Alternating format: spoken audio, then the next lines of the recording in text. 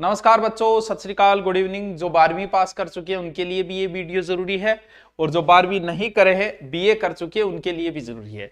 और उन दोनों के लिए जरूरी है जो इंटीग्रेटेड करना चाहते हैं बीए बीएड, या फिर जो पीटीटी का पेपर देके दोनों ही बीएड करना चाहते हैं। अब कुछ बच्चों के ये हो जाता है कि सर हमें 12वीं के बाद करना चाहिए या बीए के बाद करना चाहिए। बीए के बाद होती है बीएड, जो होती है द्विवर्षीय। अगर आप 12वीं के बाद हो तो करना चाहते हो, जिसे इंटीग्रेटेड बोल देते हैं वर्तमान में, जो होती है 4 ईयर। यानी अगर आप बीए करोगे तो 3 साल प्लस 2 5, और यहां आपका 1 साल की बचत हो जाती है, जो शुद्ध बचत है। इसीलिए, और ये सब उनके लिए जो आगे जाके मास्टर ही करना चाहते हैं, जो टीचिंग लाइन में जाना चाहते हैं। ये जो डिग्री है वो आपके बीए के समकक्ष भी मानी जाएगी, बीए बीएससी। यानी जैसे आप आरएस का भी दे सकते हो, फिर एसआई का भी दे सकते हो, बीए की जो उनमें भी दे सकते हो।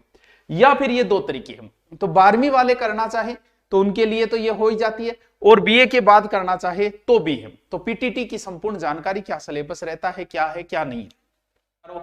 4 खंड होंगे, 4 पार्ट होंगे। इसके अंदर कौन कौन से पोर्शन में क्या क्या आएगा वो भी बता देंगे आपको।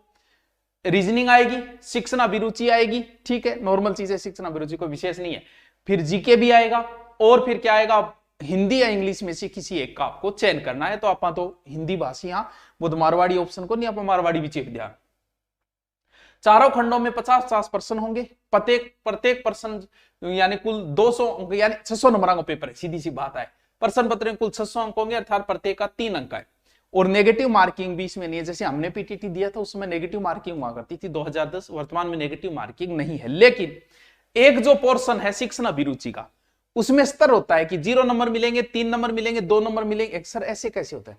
क्या प्रश्न के भी ऐसे? बिल्कुल, आपके दिमाग आधारित कुछ प्रश्न होते हैं जिसमें आप बहुत सही उत्तर दे पाते हो तो आपको पूरे 3 नंबर मिल जाएंगे।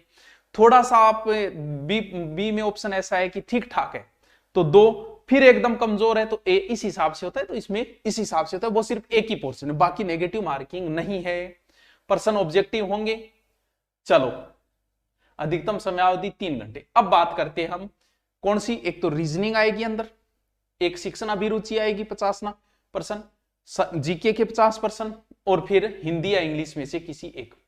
रीजनिंग के कौन कौन से टॉपिक है देखो। अगर आप बीएड करना चाहते हो पीटीटी तो कोई लंबी चौड़ी कहानी नहीं है। अगर आपको अच्छी हिंदी और रीजनिंग आती है तो आपका सिलेक्शन हो जाता है। जीके का इतना बड़ा पोर्शन है कि आप इसे तैयार नहीं कर सकते। अभी आप आए हो इस लाइन में, अभी जीके का आपको क्या क्या नहीं पता है। जीके आपको नॉर्मल आ रहा है, बस नॉर्मल पढ़ो आप। आपको रीजनिंग और हिंदी, यानी आप हो सकता है कोई इंग्लिश में इंटेलिजेंट, वो इंग्लिश ले ले।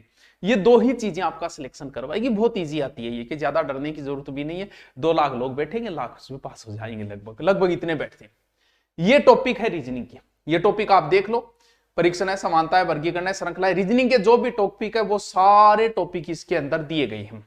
तो विशेष कुछ देखने की जरूरत है ही नहीं, पूरी रीजनिंग है। क्या टेंशन है इसमें? ये लो सर। जीके शिक्षण अभिरुचि में सामाजिक परिपक्वता, नेतृत्व गुण, व्यवसायिक प्रतिबद्धता, अतः व्यक्ति समझ, संप्रेषणता। अगर आप सोचोगे इन्हें यूट्यूब पे देख ले या कोई अध्यापक करवाएगा, तो कुछ नहीं है।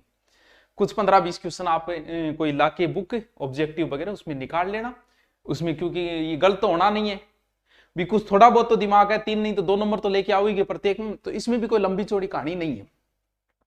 जीके में सब कुछ है। इंडिया हिस्ट्री है, इंडिया ज्योग्राफी है, पॉलिटिकल है, राजस्थान हिस्ट्री है, राजस्थान ज्योग्राफी है। अब तुम कितना कर पाओगे, इट्स डिपेंड ऑन यू बच्चों। ये पूरा का पूरा है। तो आपके पास जो भी गाइड है, इंडिया के लिए आप नॉर्मल लुसेंट पढ़ सकते हो, राजस्थान के लिए आप, मैं तो मेरी वाली कहूंगा, बाकी आपकी मर्जी, जो भी पढ़ो, कोई सी पढ़ लो, कोई फर्क नहीं पड़ेगा, ठीक है। फिर इतिहास हो गया। ये सारे टॉपिक है, इसमें कोई बताने की जरूरत नहीं। भाषा के अंदर जैसे मैं हिंदी का बताऊं तो सब कुछ है, संधि, समास, उपसर्ग, प्रत्यय, वर्ण, सारी की सारी चीजें हैं। मेन आपका सिलेक्शन का आधार हिंदी और रीजनिंग रहेगा मेरे बच्चे। हिंदी और रीजनिंग ढंग से पढ़ लेना। क्या बताया? हिंदी और रीजनिंग ढंग से पढ़ लेना, यही रहेगा आधार।